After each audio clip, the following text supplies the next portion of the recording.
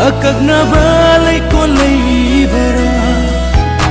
Jinggi lay rang na hak na Tamgi lay ko na saat padi Sajik thabagong manggani Laiting suhena hakani Sajik thabagong manggani Laiting suhena hakani